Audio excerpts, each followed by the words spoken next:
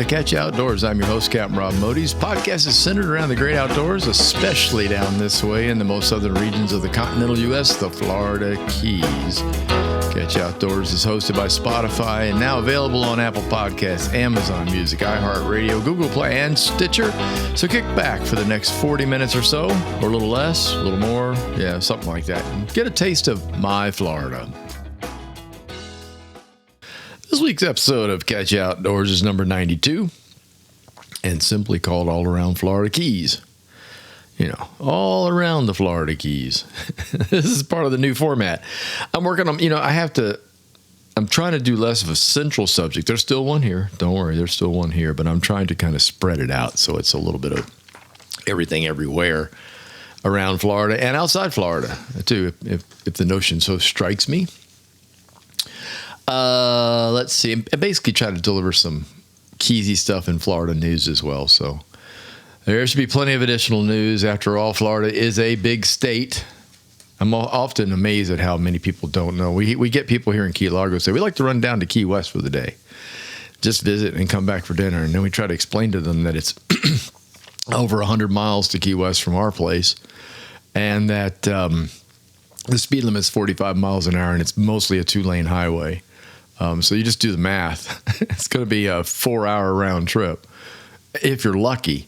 So, and the same way with the state of Florida. The state of Florida is enormous. 6-7 hours to go from one end, well, not even the Keys, but let's just say the southernmost reaches of Florida to get up to the Panhandle. It's going to be 6 hours or so on a good day. So anyway, I got famous down this way for very shortly. Yeah. Not yet, but I'm working on it. No, not really. I'm not even working on it. I took a photo during one of the recent 200th anniversary celebrations of Monroe County. And more about that in a minute or two. The photo was of exploding fireworks over Blackwater Sound, which literally across from the street from our house at Rolls Waterfront Park. And I posted the photo, gave a few to Jonelle for Florida Keys and Key West official site, their Facebook web and Twitter site. One of the photos caught the eye of Jonelle's boss, Andy Newman, and he made sure it went everywhere, and it did. I'm humbled. I've long loved photography, and I've even won an award or two, but never the coverage that this one got, so that was pretty cool. So you can see it on my Facebook page at Catch Outdoors, or you can go to the official Facebook page for the Florida Keys and Key West. It's on there. And on my Rob Modes Facebook page, I posted it not long ago, but I posted the cover of the Citizen newspaper, so pretty neat. Monroe County on July 3rd, 1823, Monroe County became the 6th county in the Florida Territory, preceding Florida becoming a state. In 1845. In 1823, the county took up most of the sparsely populated South Florida area, with the county line located just below Lake Okeechobee. So if you drew a line from Lake Okeechobee to the far east, far west, and then all the way south to the Keys, that was Monroe County, which is amazing. In other words, they had a whole lot of Everglades and two coasts in the Florida Keys. To celebrate the 200-year milestone, the county is hosting several celebrations culminating on July 3rd, 2023. So the fireworks and waterside concert, and all that kind of stuff will be going on. When we went to the park, they had the fireworks show, obviously, that I took pictures of, but they also had the U.S. Navy Rock and Roll Band playing. They're amazing, and they're amazing. They're really, really good. Good singer, good harmonies, good, all kinds of music. Really good mix of music, danceable stuff. What you got to think about is these folks rotate in and out. You don't just go to a base and stay there for your full duty of either 2 years, 4 years, 6 years, whatever it is you decide to do. You're going to get moved. There's no way you're staying in one place for very long. So the band's constantly changing, and I found that really interesting. So this one obviously gelled and was really quite good. If you're down in the Keys or anywhere in Florida, you get a chance to see the U.S. Navy Rock and Roll Band perform. I have to imagine they're going to be doing something this 4th of July. Be sure to get out there and check it out. It's really good. Fishing was pretty weird early in the week. I had a crazy Monday. We had a ton of rain in the afternoon before, like on Sunday, I guess it was. Wind blowing, colored up the water's pretty nasty. The Upper Keys and Florida Bay, add a lot of mud, basically. And when I say mud, I'm talking, it's really mud. It comes out of the Everglades. It's not a sand type thing. And it doesn't last long. If everything settles, it'll be gone in a day and a half. But when I got there on Monday, it was still there. I fished my spot, as I like to call it, and struggled to even get a bite for like 2 hours. And then I decided to move off, and it had not, the water quality was the same everywhere. So that wasn't really the reason. The fish to me had no reason to be anywhere near mangrove areas or in the potholes around the mangrove. I thought maybe they moved out, and I started doing some little drifts. And the first one I got was 19 inches, and that's a really nice sea trout, by the way. Over 20, you can only keep one. That's a trophy fish. But anyway, I was excited. I was like, wow. So I immediately locked down with the power pole and started fishing all around me. And I found that they were literally in a little pocket. I don't know how many I hooked, 30 probably. None of them that big. Most of them were 13, 14 inches, and there were a few little tiny tykes in there too. But man, it was great. I had I left them biting. I had about an hour of really, really decent fishing. And then I checked out a new spot. I went into an area that I have gone by many, many times out of Blackwater Sound, kind of a beachy-like looking area. And I went in there and I discovered there were signs there. I didn't even know were there that you can't motor in there. You have to use trolling motor, what they call troll and pole zones. You either push the boat in with a pole or you can use the trolling motor. So I dropped the trolling motor in and went exploring, got some really nice barracuda, and I hooked a bonefish. And the wild thing about the bonefish is I didn't really see anything that told me bonefish were there except the flat looked right, if that makes sense. Small sharks, the usual stuff. And I was using an artificial that I don't picture bonefish jumping on unless they're hungry. It's a jig head with a gulp minnow on it, the swimming mullet, they call it, in white. And the jig head was a Z-Man jig head with like bright green eyes. So, bonefish are generally obviously not always, but generally they're crustacean eaters. They like crabs and things like that crawling. That's what they root around for on the bottom. So this was not really what they go, but by golly, he hit it. I got it to the boat. Well, I got it by the boat. He ran up and down several times and got by the boat where I could get a good look at him. I'd say about 14 inches, and he popped off. But, that was pretty exciting. That was my first Key Largo bonefish. That's the first one I've caught in the vicinity of Key Largo, without being out on one of the offshore flats or down in Islamorada or even further down in Big Pine, those areas. So that was exciting for me. And hopefully there'll be more of them. I'm certainly going to give that a try. Yesterday, I'm recording this on Monday. Yesterday, Sunday, and Saturday, my good friend Alex Dolinsky, Captain Alex Dolinsky, from up in Fort Myers, was down visiting. Well, he was doing some work jobs, playing with friends down in the Lower Keys, past Marathon down in Big Pine in that area. And then on his way back, he stopped here on Saturday. We had a great chat, had a nice dinner. And then we went fishing on Sunday morning, and I went back to that same spot. And this time the water looked better, and we caught quite a few trout. Caught a lot of nice trout, actually. Ladyfish, I think, and I think that was about it. The weather was coming in fast, so we might have fished for 2 hours before we started heading back down toward the Intercoastal Waterway to get our butts back in, because it was really building out in the Atlantic. Now, here's the crazy thing. We get back to the house, thunder, black skies, never rained. And when it did rain, we were finished putting everything away, and inside it just barely drizzled at the house. So the rain went up the Atlantic, headed for Miami, I guess, Key Biscayne, and we didn't get much. And today, Monday, it's beautiful out there. I'm going to put the boat in the water tomorrow because Tuesday's supposed to be more of the same, so we'll try that. Tides for the rest of the week in the Atlantic are from mid-morning lows to early morning as the week passes on, just so you know. There's a full moon coming up on Monday, July 3rd, so the fishing over the holiday weekend ought to be very good. Also, the 2 days before and the 2 days after are known for wahoo fishing. I don't know what it is. I've only heard this. I've caught trolled wahoo by accident. It wasn't on purpose. But the guys that do it will tell you there's 5 days. There's the 2 before full and the 2 after full. So 5 days total that the wahoo tend to come up, and that's cool. So that's coming for those of you that like to do that kind of thing. The dolphin fishing, mahi-mahi has been really good, and so is the snapper. Snapper have moved out a little more. The most recent thing, I actually read this in one of our little papers here, that they've dropped to about 125, 150 feet now. They were being caught pretty readily in 90 to 100, but the water has been crazy warm. So the only thing I can think is they've gone down for cooler water. So there you go. Keep in mind that the tides that you work with on charts around the Keys are opposite when you go up into the Florida backcountry, up into Florida Bay. Just keep that in mind. It's a really weird thing. Alex and I were talking about it when he was here, how people just don't understand. Most of the tide charts are written for nearby places around the Keys. It'll be Key Largo, Islamorado, and there'll be a bay near there or a cut or something that they have their tide markers in. When you get up in the top of Florida Bay toward Flamingo, the tides are virtually opposite. So if it's high tide is coming on when you're leaving down here in the Keys and you get up to Florida Bay, it's moving to low and will be just and almost at the end of low. I know it sounds weird and it's really hard to even fathom. The closer to the Gulf, the weirder they get. So keep that in mind. Don't go blowing up there thinking you're going to have high water when you have a high tide down here. You probably won't. So I learned that.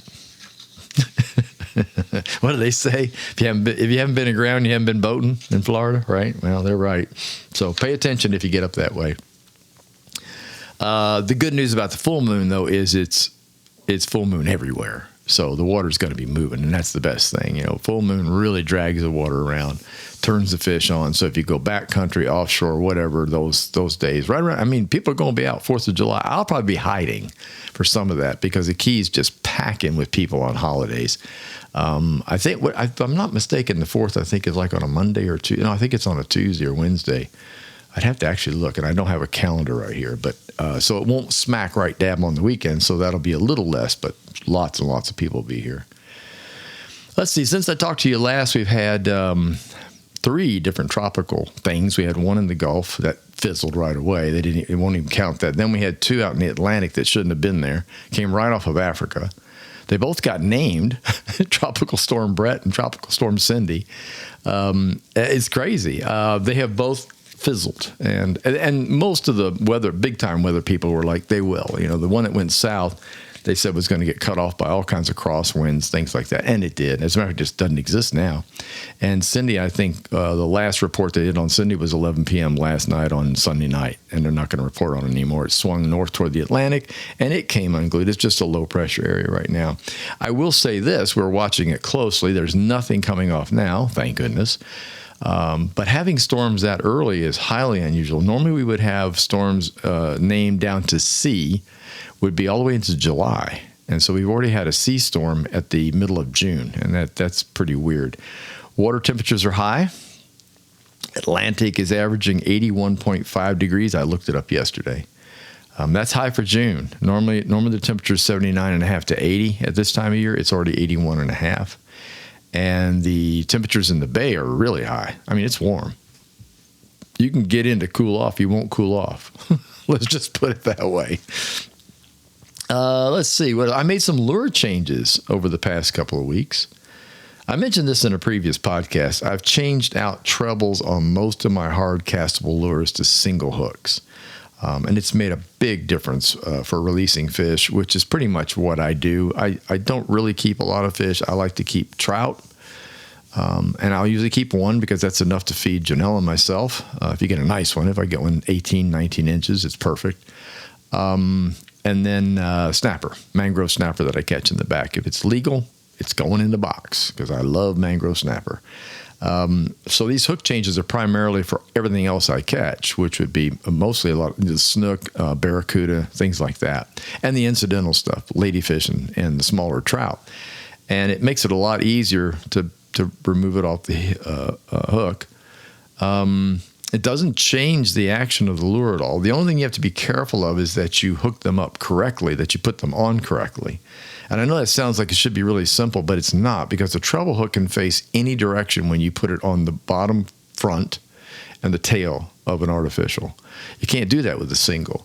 And we're using mostly 1/0 and 2/0. That's about all you can really buy. I looked on the web. You can get larger ones for big lures, but the average size for inshore lures is like a 1/0 or a 2/0. But be careful about the placement. And what I mean by that is the positioning. So the forward hook, this is the one that's, underneath up front. The bend is toward the rear with the hook down. Okay, so the front one, you want the hook, basically the long shank of the hook against the bottom of the lure, and then the point looking forward, the tip of the hook looking forward. The rear hook is pointing upward. So you hook it up, so the curve of the hook remains parallel with the back, but the hook itself curves upward with the point toward the tip, toward the head. If that, it's hard on podcasts. I'm trying. You don't know what to do, go online anywhere and look up the Rapala Twitch and Minnow, which I use quite a bit. That has single hooks on it. The reason I buy it is that it's got a nice wiggle. The colors are fantastic. It looks like pilcher. Their pilcher looks like pilchers. But their hook system is a prime example of how to do it if you're replacing hooks on other lures. And I've done a lot on Yo-Zuris, mirror lures, and things like that. It does not affect the action. I have yet to have to do anything special like, add a little weight to the lure or drill a hole or anything like that. So the weight of these singles appears to be very, very similar to the weight of the trebles. And that's because the trebles use a much thinner hook. So be aware of that. It's kind of cool. Cigars. I put this in my notes. My doctor said, I can smoke a cigar if I want to.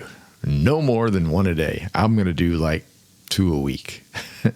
He said, the doctor, they're very proud of me, and I'm happy to be where I am. But after 8 years, I'm doing really, really well. And I, and I've cut off a lot of stuff.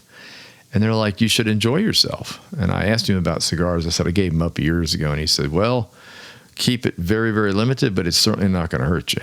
And I thought, I don't inhale. I just puff on one. I like to have one with a nice little bourbon, rum especially, a high quality dark rum, a brandy, things like that. We're talking like a sit in the yard and keep the bugs off kind of thing. Probably not on the boat, but maybe. I don't know. But the reason I did this is the funny part. After he did that, and I'm thinking, good, I can keep these damn mosquitoes off of me now.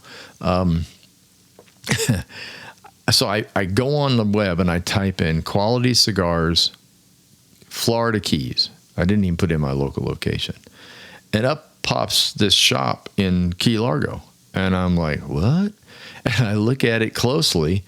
It's in a building that they call the Pink. They don't call it the Pink Building. They got another name, Pink Shop, something like that. But it's if you come on to Key Largo, it's on your right-hand side. You cannot miss it. It's very long and it's pink. And so is the sidewalk. It's pink terrazzo. It's pretty neat looking.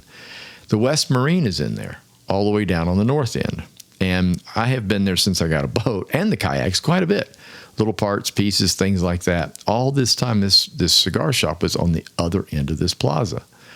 So I go and check it. They've got a walk-in humidor. They've got all the cigars you could ever hope from virtually all manufacturers. It's well kept, well stocked. I was like, yeah. And I introduced myself to the guy. We had a nice conversation. It was really great. So there you go. Quality cigars. The cigar shop, I think is what it's called, in the Key Largo shop. So there you go. And the funny part was it was right next to the West Marine. Yeah, you can tell I really, have blinders on when I'm headed for West Marine. And somebody asked me the other day, what do you smoke? Well, when I have to start back up, so I'm not doing anything hardcore. It's not going to be the chocolatey looking things. No, I'm Rocky Patel. I've always liked them. They have a cigar called their Connecticut Wrap. That's a nice mild cigar, very good. And they have one called the Connecticut Edge. That's a little more expensive because the makeup's a little better of the internal tobacco. But that's where I'll probably go like that. Very, very long ago, let's see, in the early days of the podcast, I did one on Florida Mystery Riders. As a matter of fact, it was my first podcast. Well, my first one was introducing me. The second one, if you go look, it's actually episode 2, was Florida Mystery Riders. And it's funny, it went over really, really well. I was very happy with it. Lots of responses, a lot of new listeners. And, I had just started. A lot of folks knew me from radio, the radio show I had. So that, of course, helps. But it was just, I don't know, it was really kind of cool. And I guess everyone loves a good read on the beach and at the beach. I love to read, but did very little of it while I was a fishing guide. I'll be honest with you. That job is exhausting. I pick up a book, read 3 pages, fall asleep, done, over and out. What a drag. One of the things I did when the cancer stuff struck and I'm stuck, like I'm not going anywhere. And then after you get stem cell, you can't even go around people for almost a year. You got to stay away from everybody. Much worse than COVID. I caught up. I started reading all my favorite mystery writers and things. And that's where the whole idea for that came when I hit the podcast. I'm like, man, I've caught up on all these writers. They're so great. And I'm so sorry I didn't read it. But when I quit fishing professionally, I began reading all kinds of books. It's spare time. I'm retired. It's a great life. Right now I have 3 different books. I'm reading 3 different books. Yes, I can handle it. I don't mix 3 mystery novels. That's tough. Keeping track of the plots for me I'm like, no. I just need one to keep track of what's going on, especially if it's a good writer. It's got lots of twists and turns in it. I don't need to mix a second one in. I think my wife, Janelle, can probably do that because she reads way more than I do. And her comprehension might be much, much better than mine. So the go-to book I've had for years, I'm going to give you some more time. These are not Florida mystery writers, okay? These are or mystery books for that matter. These are some of the ones that I just really enjoy and that I have gotten back into recently, just so you know. The first one's called The Longest Silence, A Life in Fishing by Thomas McGuane. This book has long been considered by anglers as one of the best fishing books ever written. Wow. I have to agree, though. McGuane's one of the best writers I think I've ever read. He builds characters in a way that just keeps you absolutely hooked. He also has a huge part in early Key West. That's where he wrote 92 in the Shade. And I mentioned that not long ago in a podcast when I was talking about movies that were shot in the Keys, partially, wholly, whatever. 92 in the Shade was one of them I talked about because I was fascinated by it. And the book is a series of essays about fishing from youth to adult in many different locations in not only the U.S., but all over the world, South America, places like that, and up north. I have a few books like this, but I like to read a story or 2 or 3 on miserable days.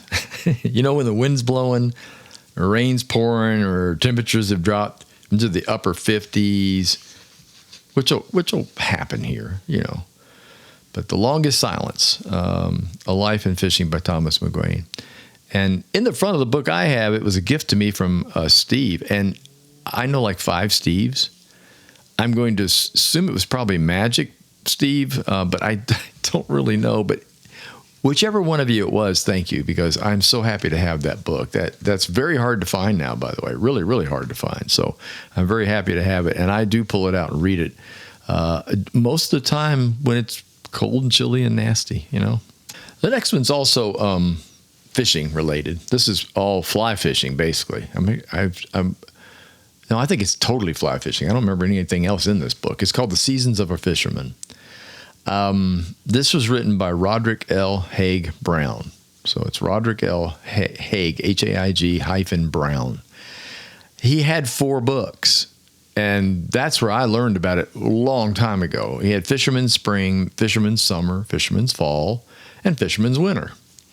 Ta-da! They put them all together, and they made it The Seasons of a Fisherman. Also crazy hard to get a hold of. $100 if you're lucky. 90. You're gonna have to really, if the original hardback. Oh my goodness, I don't even want to think about that. But I'm not sure if it's Kindled or not. I kind of doubt it. 550 pages. I have my copy, and I wrote it down here in my notes. 550 pages, and mine's well read. It's got little coffee stains and all kinds of stuff on the edges and things. But the hardback is very, very difficult to find, so I'll warn you about that. If you can find it in a used bookstore or a used book outlet online or whatever, get it. If you're a fishing person, you won't regret it, and you don't need to be a fly fisherman to enjoy this book. It's basically mostly up north. There's not much fishing in the southern areas of the U.S., but there's some in South America. But the way this book is written is what grabbed me. And I love good prose, and I love explanations of rigs and how they work and why and how to use them. And these ideas and tips can be added to just about any style of fishing. So I don't ever want to think that it's not like, just because it's fly and just because it's older doesn't mean you won't learn something from it. And it's very well written, so that's what I like about it. So again, that's The Seasons of a Fisherman by Roderick L. Haig Brown. I mentioned in a previous podcast, my books are now available in a local bookstore here in the Keys, Sandbar Books in Tavernier. They have all three, and I thank you very much. While I was visiting the shop not too long ago, I picked up 2 additional books recommended by their owner, Becky Washam.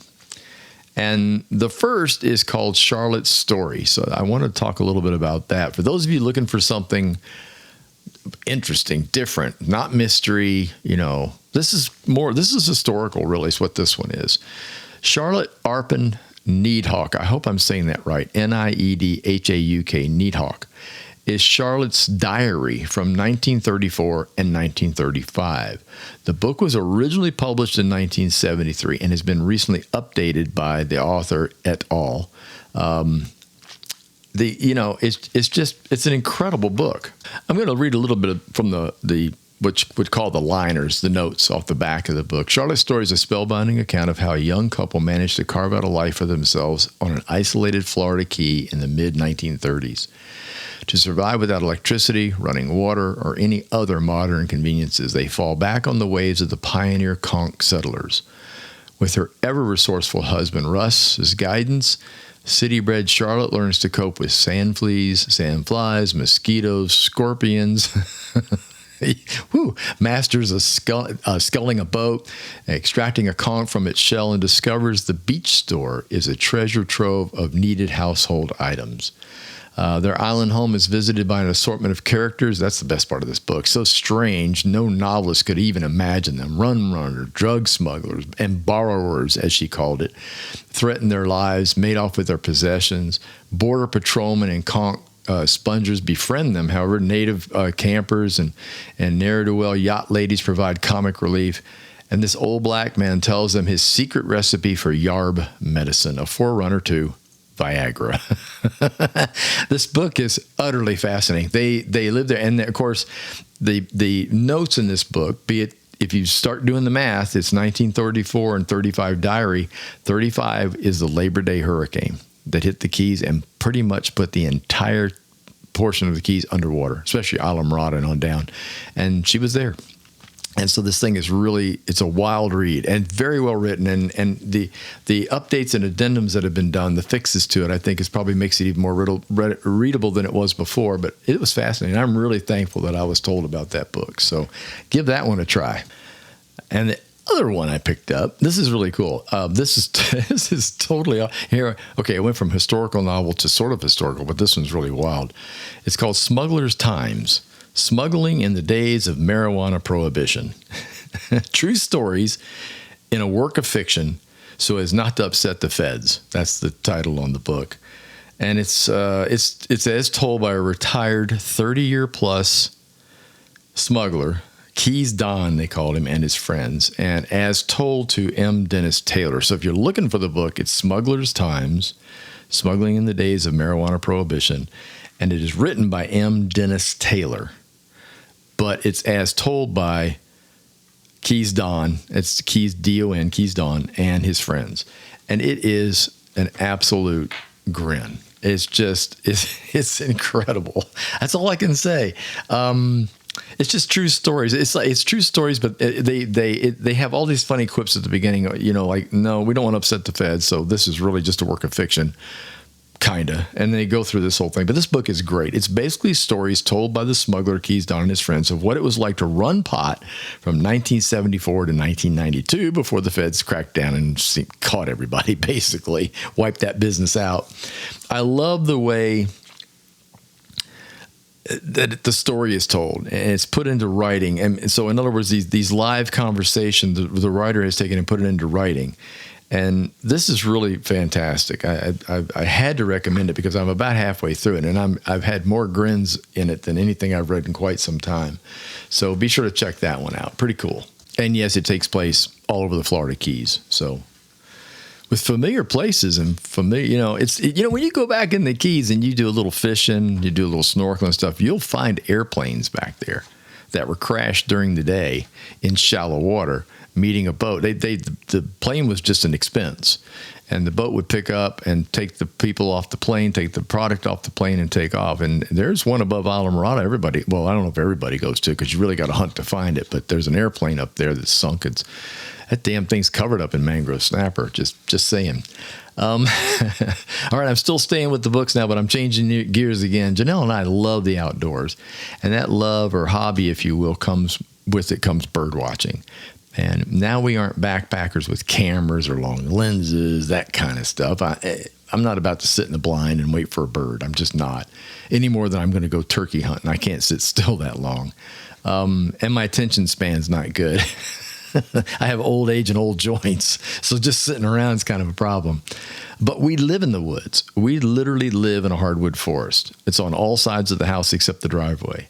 And it's in the Florida Keys, which means we have a great many birds that she and I have never seen before. And they come to the feeders and they leave. They're migratories, they're little birds, larger birds. I'm just struggling to learn. The only thing I saw this year that I knew right off the bat were the painted buntings when they showed up. So they migrated into the Keys.